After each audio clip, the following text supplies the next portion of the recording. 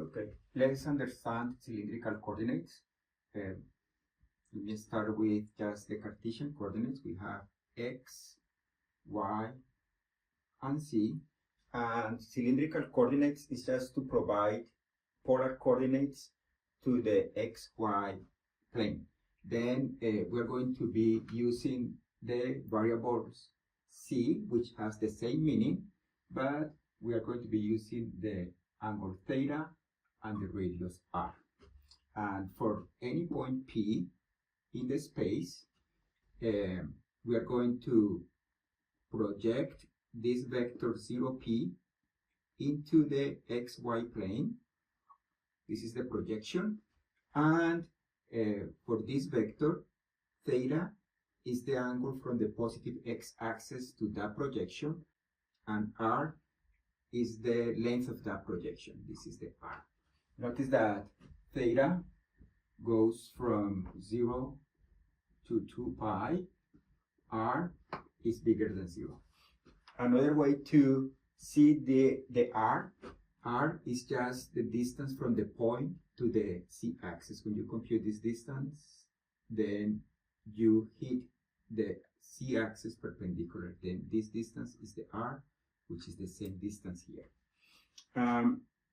Something interesting is that if we think about the equation r equal 2, then we are thinking about all the points in the space that has coordinates c, theta, r, but r is equal to. Since there is no restraints on c and theta, then this will give us a cylinder. And most likely that's the reason these coordinates are called cylindrical coordinates. Then r equal 2, then you have 1, 2, then you have here this circle. For this circle, we have that c equals 0, theta can be anything, and r equal 2. But since there is no restriction on c, then not only the points in this plane satisfy this equation, but all the points in this cylinder satisfy this equation.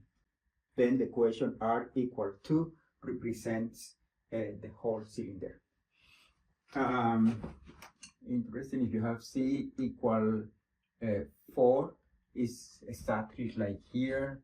You have this is c equal 4, and then the points that satisfy this equation is just a plane that is parallel to the xy plane. When we have a region and it's easy to describe in cylindrical coordinates, we can do the integral by just representing the region in cylindrical coordinates.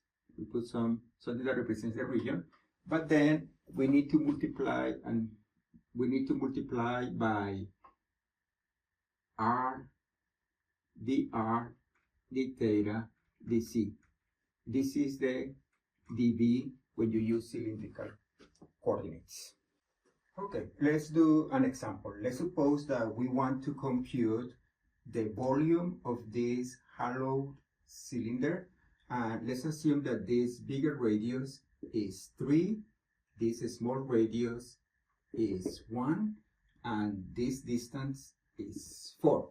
This is something similar to like this hollow cylinder. For this one, we have that the radius, the big radius is 5, the small radius is 4, and the height is 1. It's like similar to this one, but let's do this one.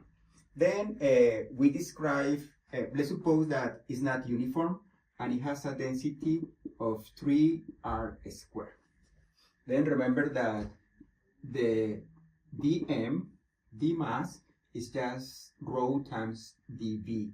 Then in this case, it will be 3r squared times r, dr, d theta, dc.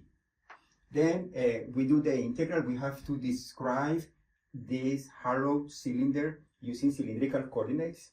And since we want to have this integral, we have 3r cubed dr d theta dc. Then the dr goes from 1 to 3. The d theta goes from 0 to 2 pi. And the dc goes from 0 to 4. We just need to do this integral. This antiderivative is 3/4 r to the 4 from 1 to 3. And here you will get 3 times 81 over 4 minus 3 over 4. And this is 243 over 4 minus 3 over 4, which is 240 over 4, which is 60. Then the integral is the integral from 0 to 4, the integral from 0 to 2 pi of 60 d theta dc, and this is the integral from 0 to 4 of 60 theta from 0 to 2 pi dc, and this is the integral from 0 to 4. Here we have 120 pi minus 0 dc, and this is 120 pi c from 0 to 4, and this is 480 pi. Then the volume of this solid with this density would be 480 pi.